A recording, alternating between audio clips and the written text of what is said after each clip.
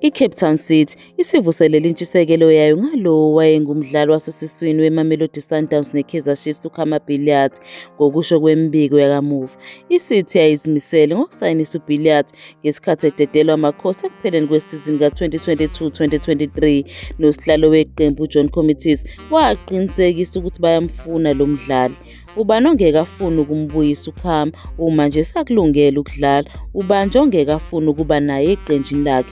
Kusho uCommittees ngaleso sikhathi. Nokho-ke ngemuva kokubhuntsha kokuya phesheya kwezilwandle kwakhe uBilliat waqoka ukubuyela eZimbabwe wajoyina iYada FC lapho esevumbulule khona ifomu eyamenza waduma eNingizimu Afrika ikakhulukazi ngesikhathi esagijima kumasandawana.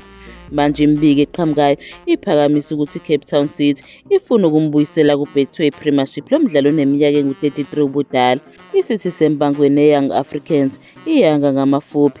Ngalo mdlalo waseZimbabwe, iYanga izobhekana namaGlamour Boys emdlalweni weToyota Cup eBloemfontein ngeSonto. uBilliat owake wagijima ku-AS Cape Town eNingizimu Afrika njengamanje ungumshayi magoli ohamba phambili kuZimbabwe Premier League noWilliams Manondo weCapes United ngamagoli ayisishiyagalombili.